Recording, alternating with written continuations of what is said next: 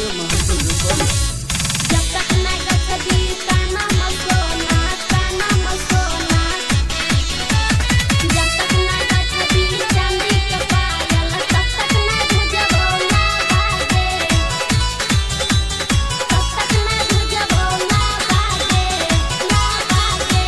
साबा लाख माथिन के लिए लियो ना गोछिया से हो में ताबागे, साबा लाख माथिन के लिए लियो गलपुर से हो में ताबागे। जब तक ना गछबी काना मसोना तब तक ना बुझबो ला बागे, जब तक ना गछबी चांदी के पायल तब तक ना बुझबो ला बागे। एको नंबर का छले कंजरबा बड़का छोटका बाबागे, एको नंबर का छले कंजरबा छोटका बड़का बाबागे।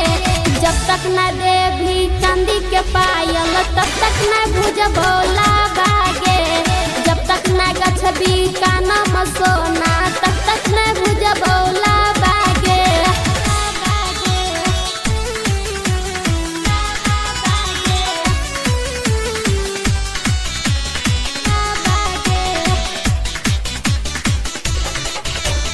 जब तक ना गछबी काना मसोना तब तक ना बुझबो ला बागे,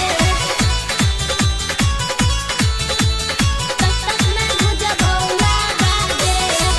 नखरा हो में करबे करबो ओ सारा बैठ के, चफल खाती बेकल होलिया गेल नहीं गइछ के, गेल नहीं गइछ के।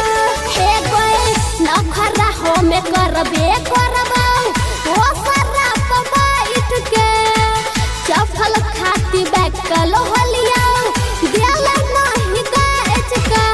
तोरा पमाइयो हमरा छेलो आधा धीदा बागे, तोरा पमाइयो हमरा छेलो आधा धीदा बागे।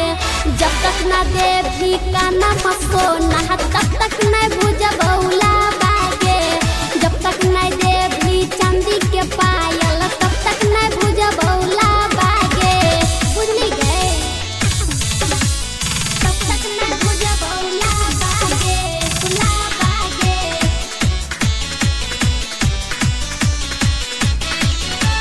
जब तक ना देवी चांदी के पायल तब तक ना बुझबो ला बागे ला बागे।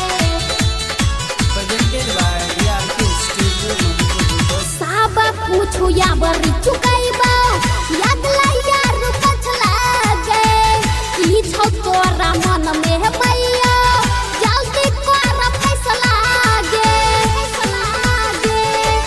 हे गए साबा पूछू या बरी चुकाइबा अगला यार पछला गे, ई छौ तोरा मन में मैया जल्दी कर फैसला गे।